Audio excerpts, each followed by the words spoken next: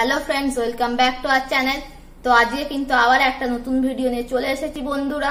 তো চলো আর দেরি না করে আজকের ভিডিওটা এবার শুরু করা যাক।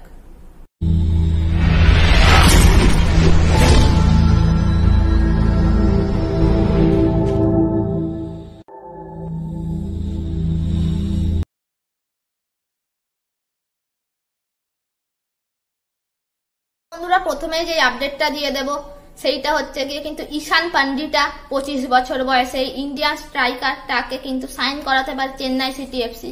হ্যাঁ বন্ধুরা, ইস্ট বেঙ্গলের সাথেও কিন্তু একটা লিঙ্ক আপ উঠে এসেছিল। কেরালা ব্লাস্টার্স এফসিও নাকি কথাবার্তা চালাচ্ছিল। একসময় কিন্তু মোহনবাগান সুপার জায়ান্টসও কথাবার্তা চালাচ্ছিল। তবে এখন যে শোনা যাচ্ছে চেন্নাই সিটি এফসিও কিন্তু এই রেসে ঢুকে পড়েছে। এবার দেখা যাক চেন্নাই সিটি এফসি এই ঈশান পান্ডিটাকে ছিনিয়ে আনতে পারে নাকি বাংলার দুই প্রধানের থেকে। তো বন্ধুরা, এর পাশাপাশি যদি এবার ইন্ডিয়ান ন্যাশনাল টিমের ব্যাপারে আসা যাক, তোমরা কিন্তু সবাই জানো কালকে থেকে শুরু হতে চলেছে সাব চ্যাম্পিয়নশিপের খেলা, যেখানে কিন্তু ইন্ডিয়া পাকিস্তানের মতো টিম আছে। কালকে কিন্তু পাকিস্তানের সাথে ইন্ডিয়ার প্রথম খেলা। তো বন্ধুরা, সেই খেলাগুলো কিন্তু তোমরা লাইভ দেখতে পারবে যতদূর সম্ভব। কিন্তু হাই পসিবিলিটি রয়েছে স্পোর্টস 18 কিংবা ডিডি স্পোর্টস। এখনো কিন্তু সাফ কমিটি বলে দেয়নি যে কোথায় হবে, মানে অ্যানাউন্সটা করেনি।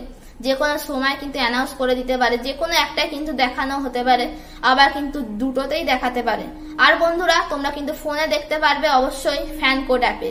হ্যাঁ বন্ধুরা, ফ্যান কোড অ্যাপে কিন্তু সুপার কাপও লাইভ করানো হয়েছিল। এবার দেখা যাক ইন্ডিয়া এই বছর কিরকম পারফরমেন্স দেয় সাফ কাপে।